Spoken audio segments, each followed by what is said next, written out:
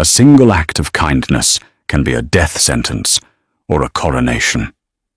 For Clara Hayes, a struggling waitress, life was about surviving the next shift and protecting her brother. But a frantic night at St. Jude's Hospital changed everything. She donated blood to save a dying man, a ghost in the emergency room. She had no idea that her rare blood type now flowed through the veins of Leo Salvatore, the most powerful and dangerous mafia boss in the city. He wakes with a new obsession, finding the angel who saved him. And when a Salvatore owes a debt, payment is always demanded in blood or in vows. A coffee cup shattered on the tiled floor of the Starlight Diner, the sound slicing through the midday hum of conversation and sizzling grease. Clara Hayes didn't even flinch. She grabbed a dustpan and broom from the busing station, her movements automatic, her expression as flat as the day-old soda she'd just been admonished for. "Watch where you're going, sweetheart," the trucker grunted, not bothering to look up from his paper. "Sorry," Clara muttered, the apology tasting like ash. She'd been on her feet for 10 hours, this double shift covering for a sick co-worker, and the $2.50 tip he'd eventually leave wouldn't even cover the cost of the mug. This was her life. A revolving door of exhausted faces, the smell of burnt coffee permanently etched into her senses, and an ache in her lower back that had become a constant companion. She was 24, but some days, especially days like this, she felt closer to 40. Every dollar she earned was meticulously divided, rent for her tiny, drafty apartment, the utility bills she juggled like a failing circus act, and the most important, non-negotiable expense, the pile of money for her younger brother, Owen.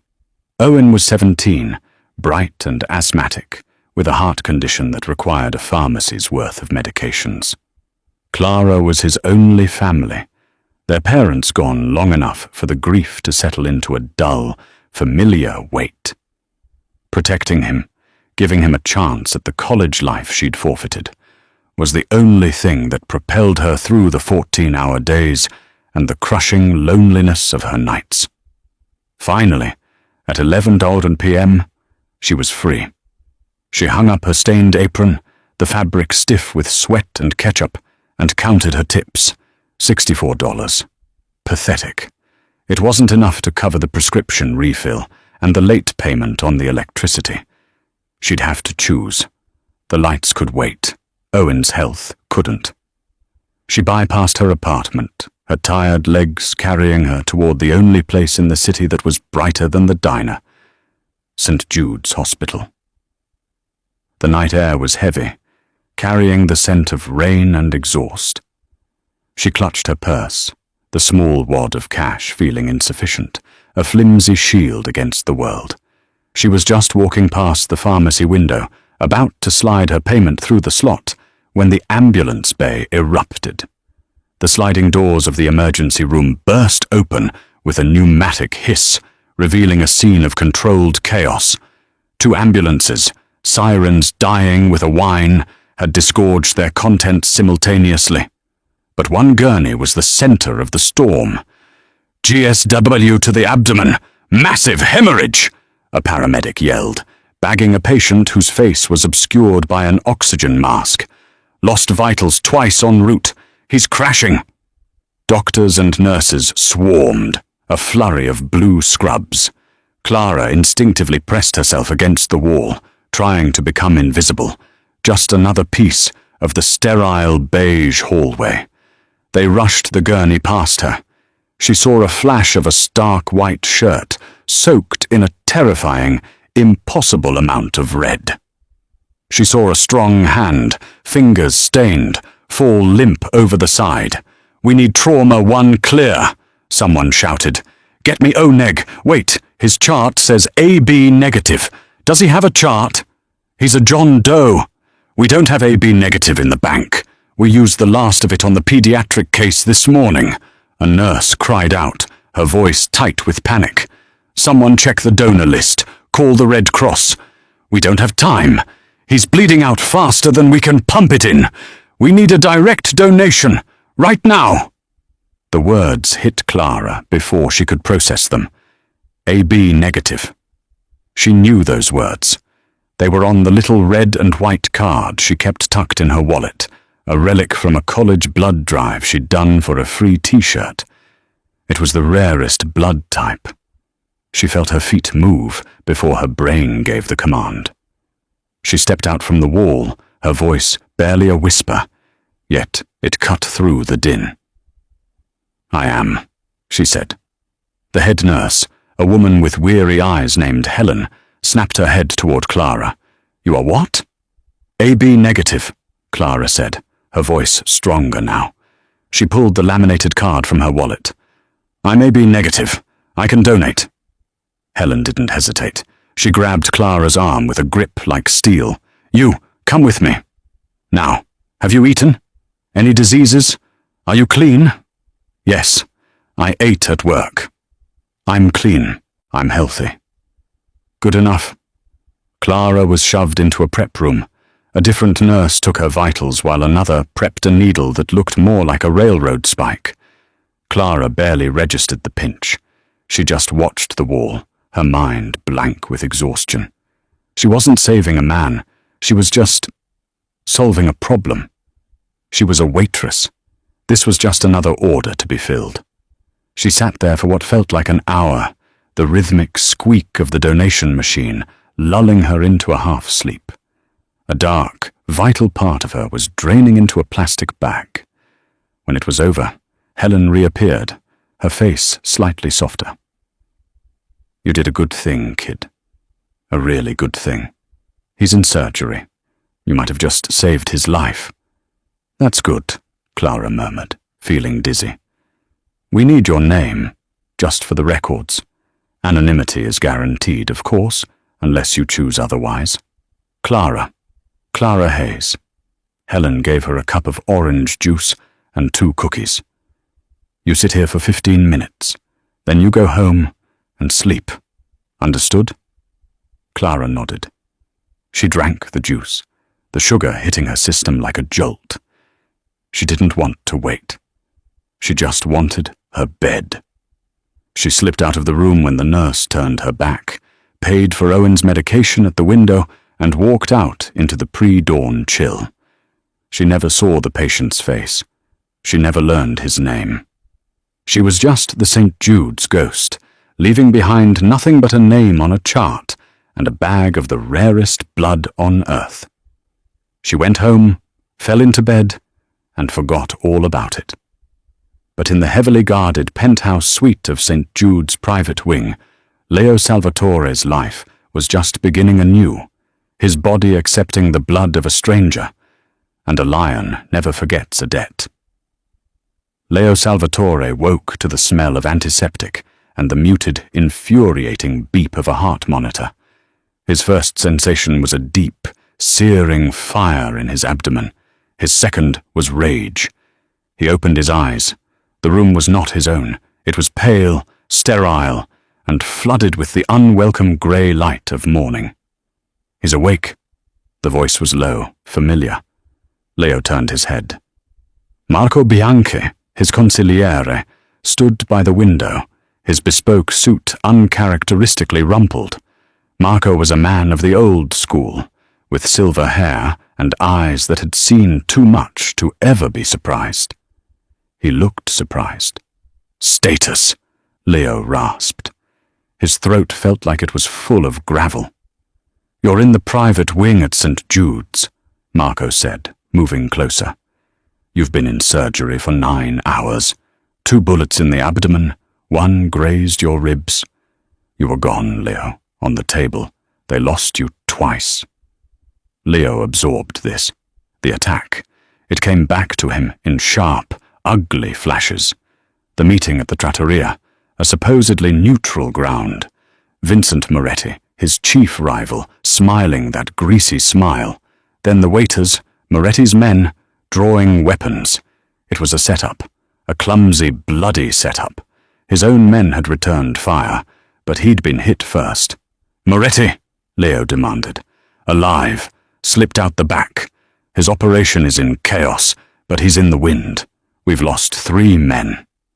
Marco paused. The doctors said it was a miracle. You'd lost too much blood. The hospital bank was empty of your type. Leo stared at the IV stand. It wasn't saline. A bag of dark red blood was slowly dripping into his arm. So, where did this come from? That, Marco said, a strange note in his voice, is the interesting part. A walk-in, a civilian, donated on the spot and left. Leo processed this. In his world, nothing was free. An act of kindness was just a transaction that hadn't been billed yet. A civilian, saving his life, was a loose end. A massive, untidy loose end. Who? A nurse said her name was Clara Hayes. That's all we have. She gave her name for the records and disappeared before the surgery was even over. Clara Hayes. Leo tested the name. It felt foreign, soft. Find her. Leo, Marco said, his tone cautious.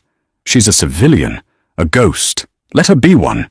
We sent her a gift, a car, money. We wipe the records and she's forgotten. It's cleaner. Cleaner. Leo pushed himself up on his elbows, ignoring the shriek of protest from his muscles. I was dead. My blood was on the floor of a restaurant, and some ghost filled me back up. I want to see her. I want to know who she is. I don't like debts, Marco, especially ones I don't understand. Find her. Marco knew that tone. It was the lion's voice, the one that didn't accept no. He nodded, sharp and curt. I'll have our people look into it. Not our people, Leo countered. You. I want you to do it. Quietly. I want to know where she eats, where she sleeps, and what she's afraid of. As you wish, Capo. While the Salvatore organization's most trusted man began the delicate hunt, Clara Hayes was back at the Starlight Diner, arguing with her landlord over the phone. I told you, Mr. Henderson, the check will be there on the 1st. Yes, I know it's the 3rd. My brother. He was sick. She was juggling a coffee pot and her cell phone, the diner packed with the breakfast rush. She felt drained, more tired than usual.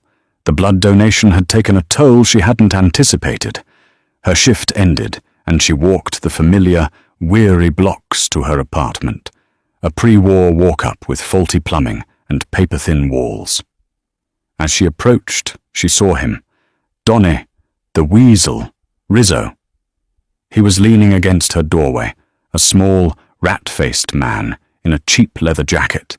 He was a local loan shark, the bottom feeder she'd been forced to go to when Owen's condition first worsened, and the hospital demanded a deposit she didn't have. Her stomach turned to ice. Donny, I don't have it. That's not what you said last week, Clara. He sneered, chewing on a toothpick. You said today. Today is today. The VIG is stacking up. I know, I needed medication for my brother. I'll have it by the 15th, I promise. Donny took a step closer, invading her space. She could smell the stale cigarettes on his breath. See, the guys I work for, they don't like promises.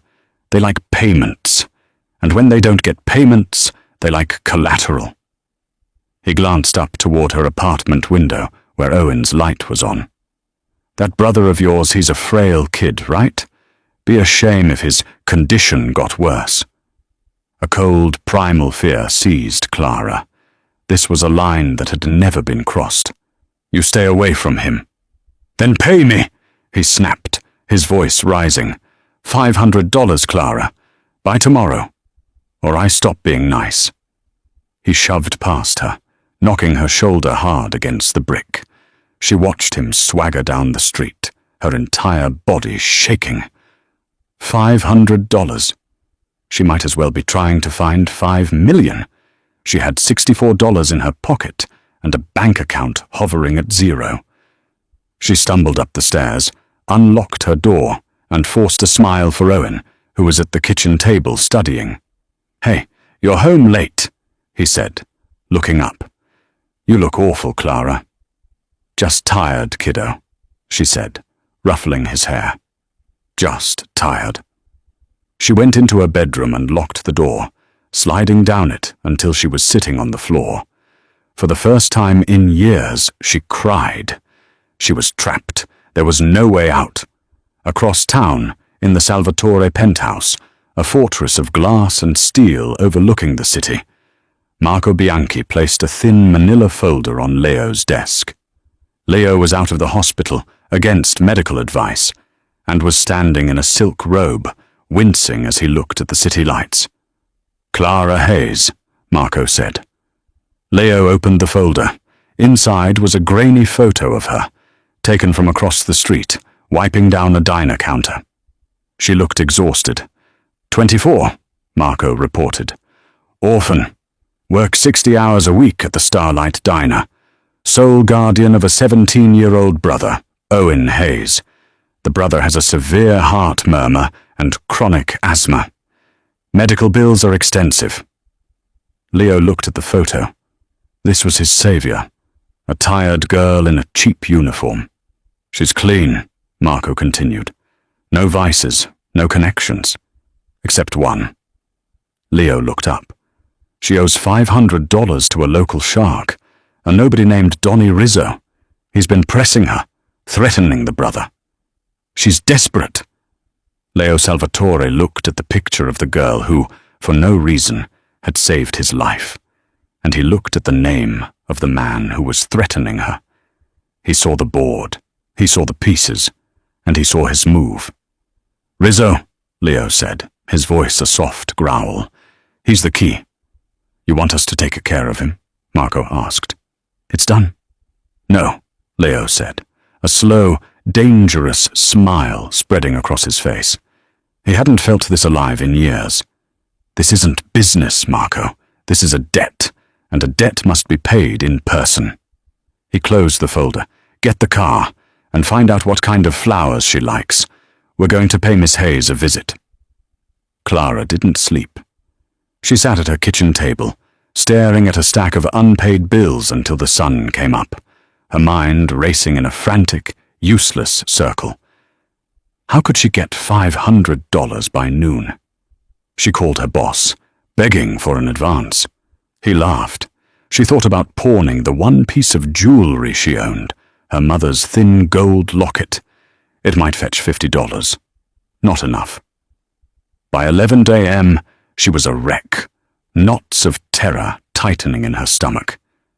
She heard Owen leave for school, his cheerful, "Bye, Clara," sounding like a death knell. She was supposed to protect him, and she had failed. At 11:30 a.m., a knock echoed through the small apartment. It wasn't Donnie's aggressive bang. It was a firm, polite, patient knock. She froze. Maybe if she stayed quiet, they would go away. The knock came again, heavier this time. She crept to the door and looked through the peephole. Her blood ran cold. It wasn't Donnie. It was two men, both built like mountains, wearing immaculate black suits. They stood on either side of her door, perfectly still, staring straight ahead. She saw, reflected in the hallway mirror, a third man standing back. He was taller, thinner, and though his features were distorted by the lens, she could feel the intensity of his gaze. "Miss Hayes," a voice called. It was deep, smooth, and held an accent she couldn't place. Old world, elegant. "We know you are in there. Please open the door. We are not here to harm you." She backed away. "Go away. I don't know you." "My name is Leo Salvatore," the voice said, calmly. "I believe you and I share something. I was a patient at St. Jude's." St. Jude's? The blood donation. The John Doe. Her hand, trembling, moved to the deadbolt. This was about the donation. Maybe he was here to thank her. Maybe he was rich. She unlatched the lock and opened the door a crack. The man standing in the hall took her breath away. He was handsome in a way that was almost brutal.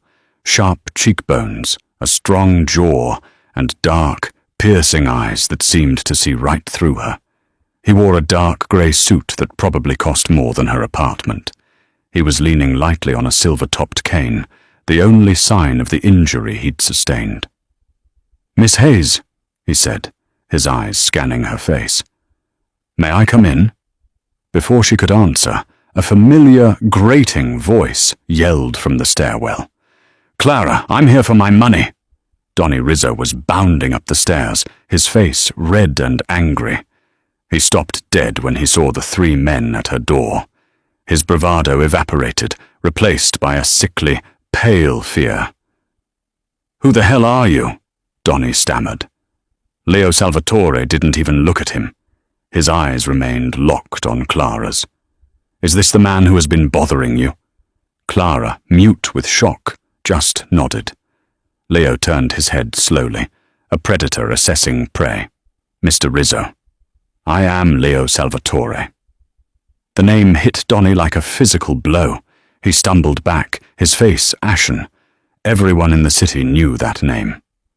"Mr. Salvatore, I didn't know she was with you. I swear. It was just a small loan. I was just leaving." "You were threatening her brother," Leo stated. "It wasn't a question.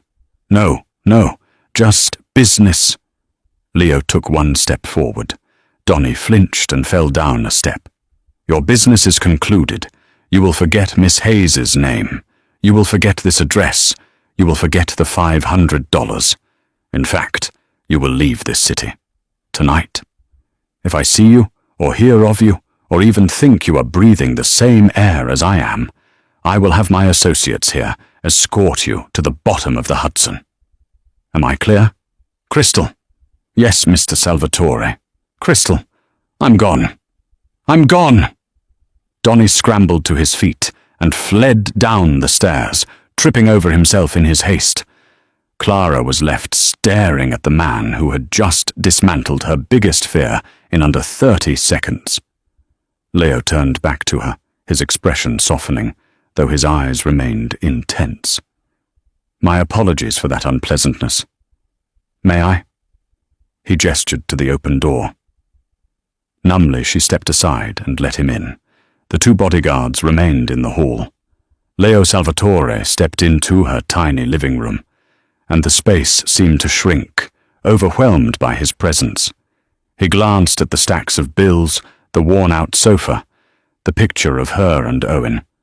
"You saved my life, Miss Hayes," he said, turning to her. "I was told Clara Hayes' donated blood. I had to see the angel who pulled me back from the brink." "I was just there," she stammered. "I'm glad you're okay." "I am okay," he said. "Because of you. I am a man who pays his debts." He reached into his suit jacket and pulled out a check. He placed it on her kitchen table. "This is for you, for your trouble, for everything." Clara looked at the check. Her eyes went wide. The number was $250,000. It was an impossible sum. It was freedom. It was college for Owen, a new apartment, new lives. She could breathe. She stared at it, and then, to her own astonishment, she pushed it back toward him. "I can't accept this." Leo looked genuinely surprised. "I beg your pardon?" "I didn't do it for money," she said, her voice shaking but firm. "I did it because you needed help. Taking this, it makes it dirty. I don't want it. I just want you to go. Please." Leo Salvatore stared at her for a long, silent moment. He wasn't angry. He looked fascinated. He had offered her a fortune, and this girl who was drowning in debt had refused him. "You are an extraordinary woman, Clara Hayes," he said softly. He sat down at her small kitchen table, as if he owned the place. "You're also a naive one. You've seen what's out there. Men like Rizzo? They are a symptom. This world is designed to crush people like you and your brother." "I protect my brother," she said, her chin lifting. "You try," he corrected her, not unkindly. "But you're failing. You're trading your life, hour by hour, and you are still drowning. I just saved you from one shark. There will be another, and another. He leaned forward. I am offering you a different kind of payment, a permanent one. I told you, I don't want your money. I'm not offering you money, Leo said. I am offering you me. My name. My protection. Clara's heart hammered. What are you talking about? You saved my life, Clara, he said, his voice dropping to an intimate murmur. Your blood runs in my veins. In my culture, that is a bond stronger than steel. I cannot simply walk away, and I will not allow the person who saved me to be devoured by the world I inhabit. He stood up, towering over her. Here is my proposal. Marry me. Clara laughed, a short, hysterical sound. You're insane. I am entirely serious, he said, his face grim. A marriage. In name, for now. A contract. You will become Clara Salvatore. You will live in my home. You will want for nothing. Your brother will have the best doctors, the best schools, and he will be protected by the full force of my organization. He will never know a day of fear again. No man like Donny Rizzo will ever look at you twice. And in return, she whispered, terrified. In return, Leo said, gently touching the locket at her throat. You will be mine. You will be by my side. You will be my wife, my responsibility. My debt will be paid, not with a check, but with a vow. You saved my life. I will secure yours. This is crazy. This is a prison. It is a cage, Leo corrected her. A beautiful, gilded cage, yes. But look around you, Clara. You are already in a prison.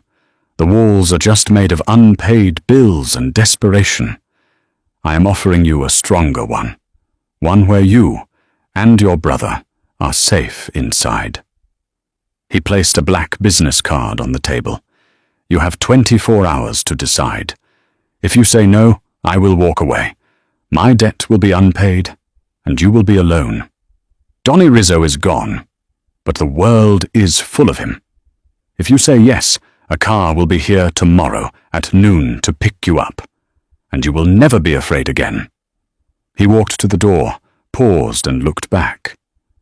I hope you make the wise choice, Clara. And then he was gone, leaving Clara alone with an impossible choice.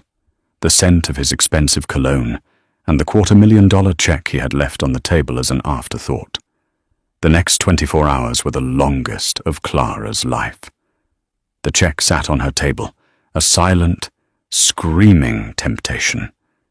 She picked it up a dozen times. This was the answer. She could take this, take Owen, and run. Disappear. But where? Leo Salvatore found her in a city of 8 million.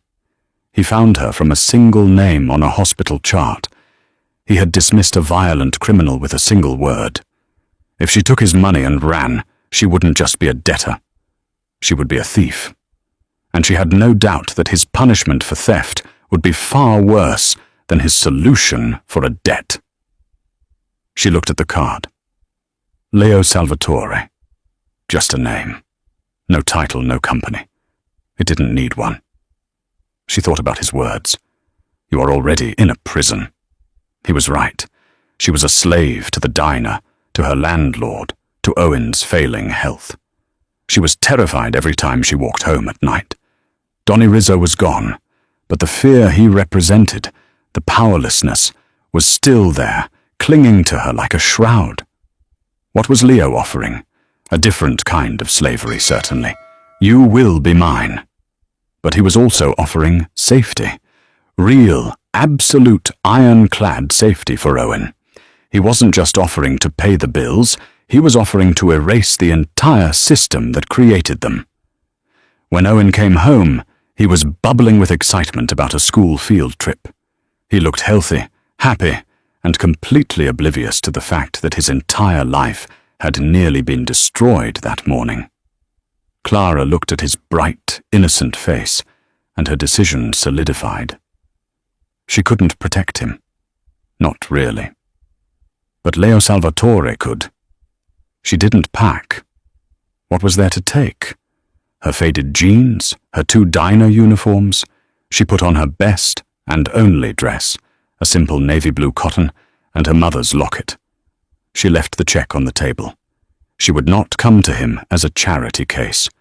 She would come as the other half of a bargain.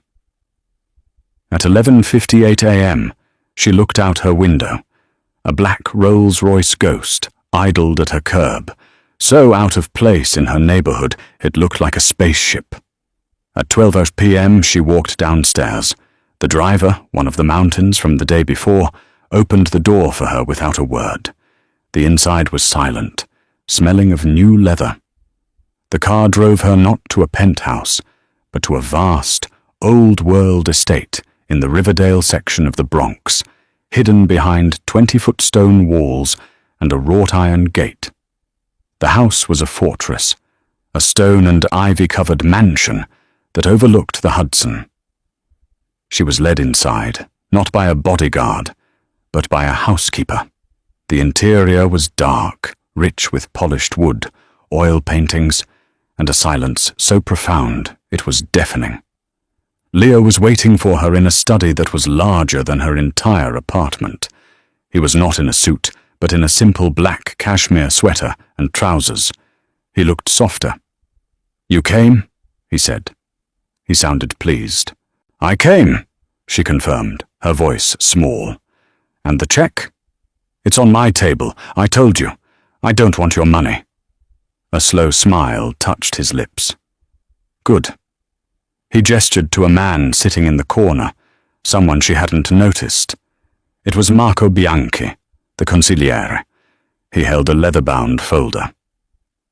"This is our agreement," Leo said.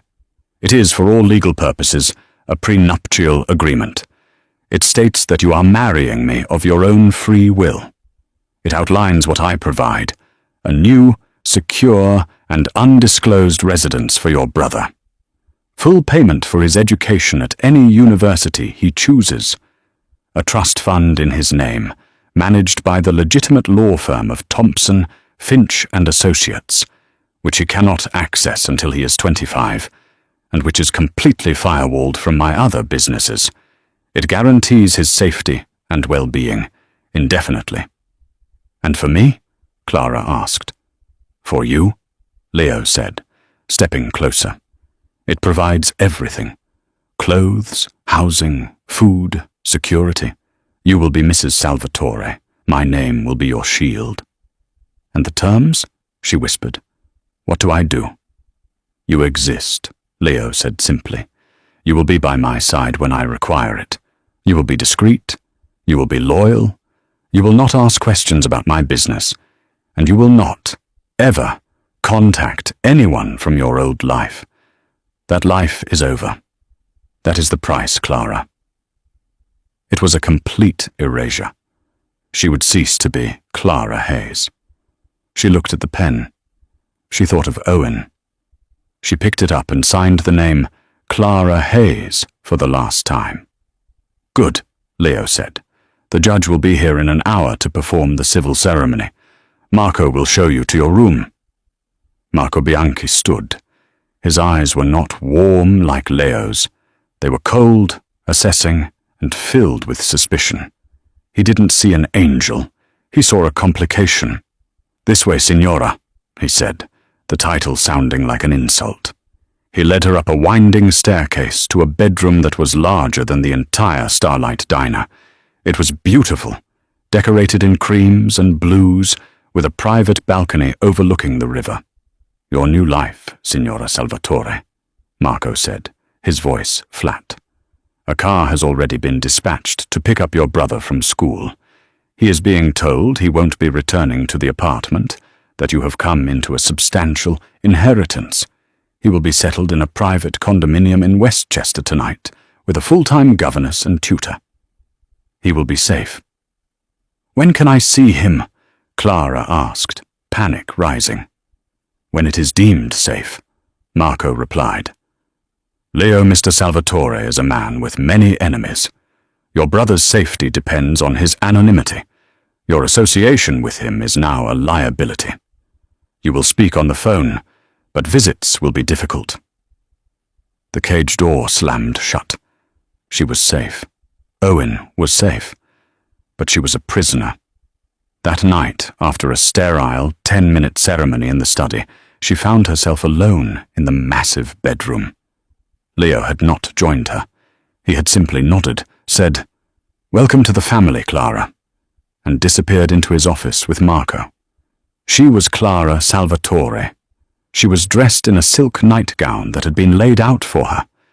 She was surrounded by wealth she couldn't comprehend, and she had never felt so terrifyingly alone. The only sound was the distant hum of the city, a city she was no longer a part of.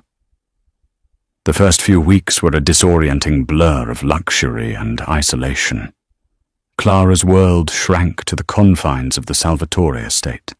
She had a wardrobe of clothes she was afraid to wear, was served meals she didn't know how to pronounce, and was followed everywhere by a silent bodyguard named Anthony.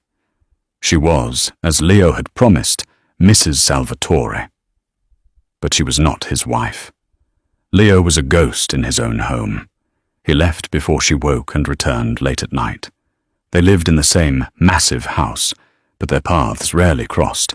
When they did, he was polite, distant, and assessing. He would inquire if she was comfortable, if she needed anything. He never touched her. The proposal had been a contract, and Leo, it seemed, was content to honor only its most basic terms. Her only lifeline was the nightly 10-minute phone call with Owen. He was ecstatic. He was in a gated community, a luxury condo, had his own room, a tutor for his SATs, and a doctor who had him on new medication that made him feel 100 times better. He bought the inheritance story completely. "I can't believe it, Clara," he'd gushed. "You did it. You got us out." "I did, kiddo," she'd reply, her throat tight, staring out her window at the armed guards patrolling the perimeter. "I got us out." Her loneliness was a physical ache. The only person who spoke to her with any regularity was Marco Bianchi, and his words were knives. "The Signora is enjoying her reading?" he asked one afternoon, finding her in the vast 2-story library. "Yes, thank you, Marco." He lingered, pretending to inspect a bookshelf.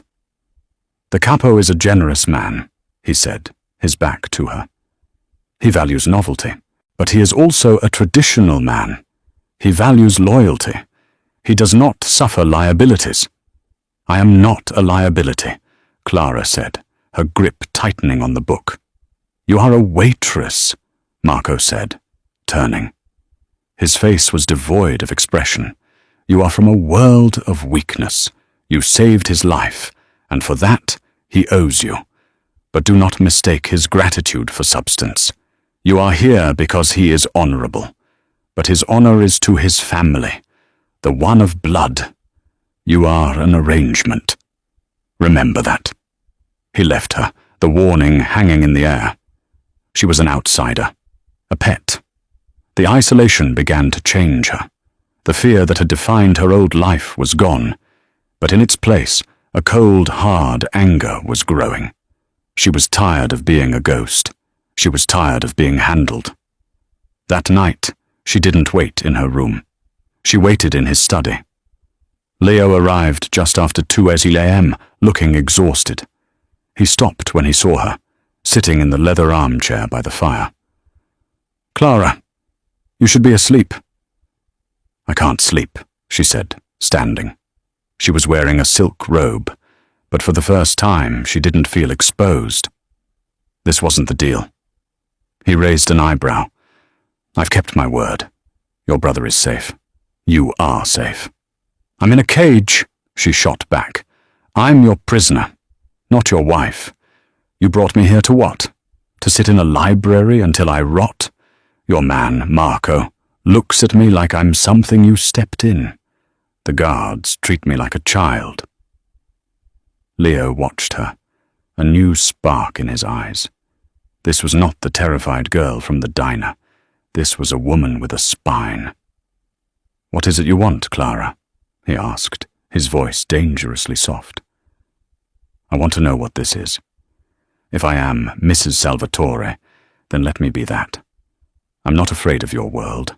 I've been living in the sewers of it my whole life.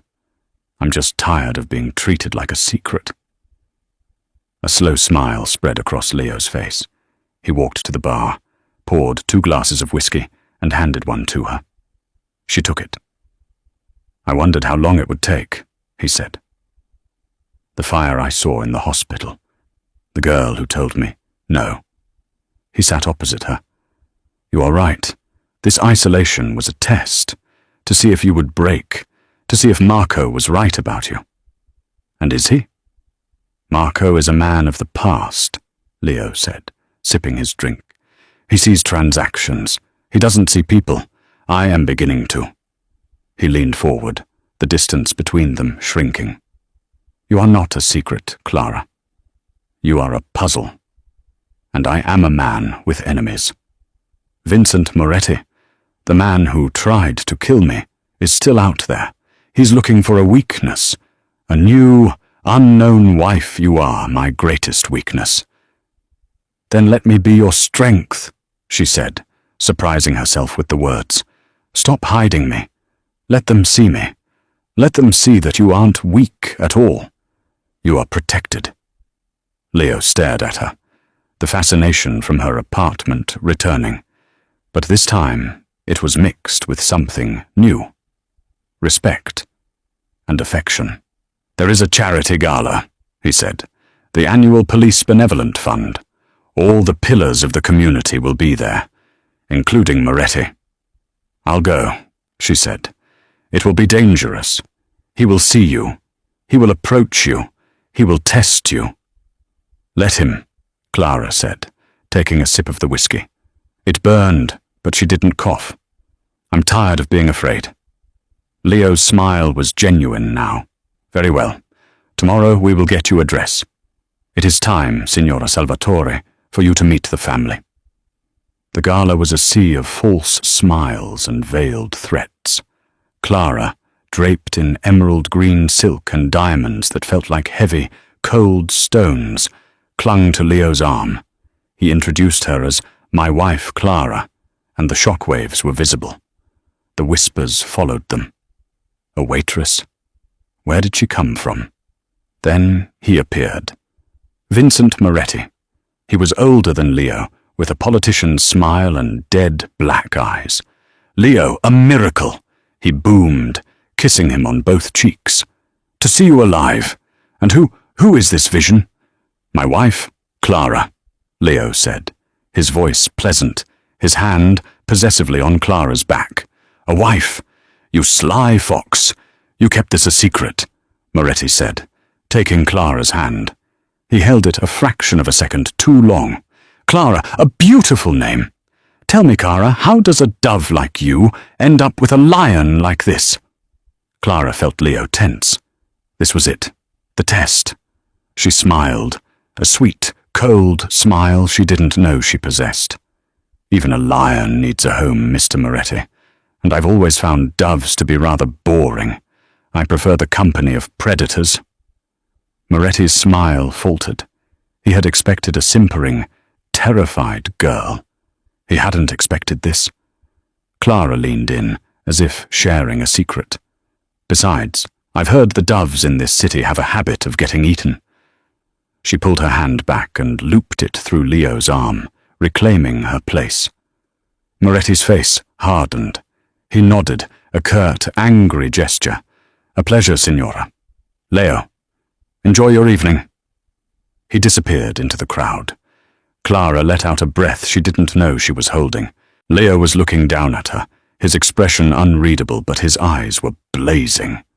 "You did well," he murmured, his voice thick. "I just told the truth," she said. He guided her onto the dance floor. As he pulled her close, for the first time, his hand on her back was not just protective. It was possessive. It was the hand of a husband. "You are," he whispered into her hair, "full of surprises, Clara Salvatore. You have no idea. she whispered back. But across the room, Marco Bianchi watched them. He saw the way Leo looked at her, and his suspicion turned to ice-cold fear. The capo was compromised. The waitress was not just a liability, she was a threat to the family, and Marco would do anything to protect the family. The dynamic in the house shifted after the gala. The contract was dissolving, replaced by something unspoken and volatile. Leo was no longer a ghost. He took his dinners with her. He sought her out in the library. He'd sit and work in silence, just to be in the same room. He spoke of his childhood, of the weight of the name he'd inherited, of the father who had drilled into him that family is the only fortress. He was, she discovered, a man of profound loneliness, trapped in his own power, and Clara in turn found herself talking about Owen, about her dreams of being a chef, about the constant, grinding fear of her old life. He listened. He truly listened. The distance between them was closing. The line between his and hers was blurring. One evening, he found her asleep in the armchair in his study, a book open on her lap. He gently lifted her, and for the first time, he didn't take her to her room. He carried her to his. He laid her on the massive bed and simply watched her. He was terrified, not of Moretti, not of the police, but of this feeling. This civilian had breached his walls without firing a shot. His debt had become a dangerous, consuming affection. He made a decision. He had to prove to her, and to himself, that this was real. The next morning, he presented her with a new set of papers. "These are not from me," he said. "These are from Thompson, Finch and Associates, the trust for Owen. It's been finalized, but I've made a change." She read the document. He had doubled the amount, and he had signed full control of its dispersal over to her. "This, Leo, this is too much." "It's not enough," he said, his voice rough. "It's firewalled, it's clean, it's his and it's yours. Whatever happens to me, he is free. You are free. The debt is gone, Clara. This is a choice now." She looked up at him, the legal documents trembling in her hand. This was the true proposal, not the one made in fear in her apartment, but this one, an offering of trust. She reached up and touched his face. "Thank you, Leo." He caught her hand, lacing his fingers with hers. The moment was shattered by Marco Bianchi, who entered without knocking. "Capo, a situation. Urgent." Leo's face hardened, the capo mask slamming back into place. He gave Clara's hand a final squeeze and followed Marco out. But Marco had seen. He had seen the look on his boss's face, the touch of her hand, the trust fund. He'd heard about it from the lawyers. The lion was giving his kingdom to a waitress. Marco's loyalty was absolute, but it was to the Salvatore legacy, not just to the man. Leo was compromised. This woman had made him soft, made him weak. Moretti had seen it. The other families were whispering. This love would be the death of them all. Marco had to act. He had to fix the problem. He had to show Leo that the girl was a liability, that she couldn't handle the world she'd married into. He had to scare her away for her own good and for the good of the family. He made a call to a man he despised, but a man who was useful, a man who was stupid, greedy, and most importantly, terrified of the Salvatores. Donny the Weasel Rizzo. He met him in a steam-filled bathhouse in Queens. "You," Marco said, "have a chance to redeem yourself." "Mr. Bianchi," Donny stammered, "I left. I did what Mr. Salvatore said." "You're a rat, Donny, but I have a job for a rat. The capo's new wife, she's a problem. She doesn't understand the world. She needs a reminder of where she came from. She needs to be scared." "You want me to hurt her?" Donny's eyes widened. He'll kill me." "You will not touch her," Marco hissed. "You will grab her, scare her. You'll hold her for a few hours. Long enough for her to realize she's not safe. Long enough for the capo to realize she is his vulnerability. You'll let her go when I call. You do this, and your debt to the family is truly wiped. You're a free man." Donnie saw his opening, a way back in. Okay, I can do that. I can scare her." But Marco had miscalculated. He had assumed Donnie was just a coward. He didn't realize that Donnie was also ambitious, stupid, and paranoid. Donnie thought this was a test, a way for him to gain leverage. Why just scare the girl? Why not go for the real prize? Clara was restless. Leo was locked in meetings, the situation having made the house tense. She felt the old cage walls closing in. She did something she hadn't done since she arrived. She dismissed her bodyguard. "Anthony, I want to walk in the garden, alone. Please, just for 10 minutes. He hesitated, but she was the signora. He reluctantly agreed, staying by the house. Clara walked the stone paths, breathing the fresh air. She was so lost in thought, so secure within the high walls that she didn't hear the sound of the shears cutting the lock on the service gate. She didn't hear the footsteps on the grass until it was too late. A hand, smelling of stale cigarettes and cheap cologne, clamped over her mouth. "Long time no see, sweetheart," Donnie Rizzo's voice whispered in her ear. "You're a hard lady to find. But you know, I think I'll get a lot more than $500 for you." He hadn't followed Marco's plan. He wasn't scaring her. He was taking her. But he too had made a miscalculation. He was grabbing Clara Salvatore. But the person who turned to fight him was Clara Hayes. She stomped her heel down, catching his instep. He roared. She jammed her elbow back, hitting his solar plexus. He lost his grip. "Anthony!" she screamed. Donnie panicked. This wasn't going to plan. He pulled a gun. Shut up, or I swear I'll—" He never finished. A shot echoed through the garden, but it wasn't from Donnie's gun. Donnie Rizzo crumpled to the ground, a neat hole in his temple. Clara stared, shaking. Leo Salvatore was standing on the terrace, a sniper rifle, long, black, and lethally professional, in his hands. He was still in his suit, his face a mask of unbelievable fury. He ran to her, his own men swarming the garden, securing the breach. He reached her, checking her for injuries, his hands shaking. "Are you hurt? Did he touch you?" No, I'm fine." He pulled her into an embrace, so tight it stole her breath. I'm so sorry, Mia Cara. This is my fault, my world." But as he held her, Marco Bianchi ran up, his face ashen. "Capo, a breach, how—" Leo pulled away from Clara, his eyes turning to ice. He looked at Donnie's body, then he looked at his consigliere. "Donnie Rizzo," Leo said, his voice deadly calm. "A man I banished, a man who should be in another state. How, Marco, did he find his way onto my property? How did he know exactly when my wife would be alone?" Marco froze. The look on Leo's face was not confusion. It was an accusation.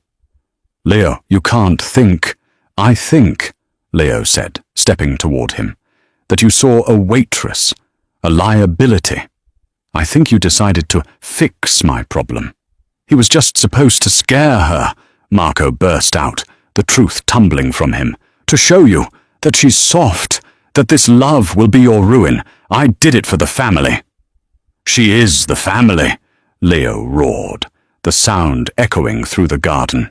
He grabbed Marco by the collar. "She has my blood. She has my name. And you, my oldest friend, you fed her to the wolves." "Leo, please," Marco begged.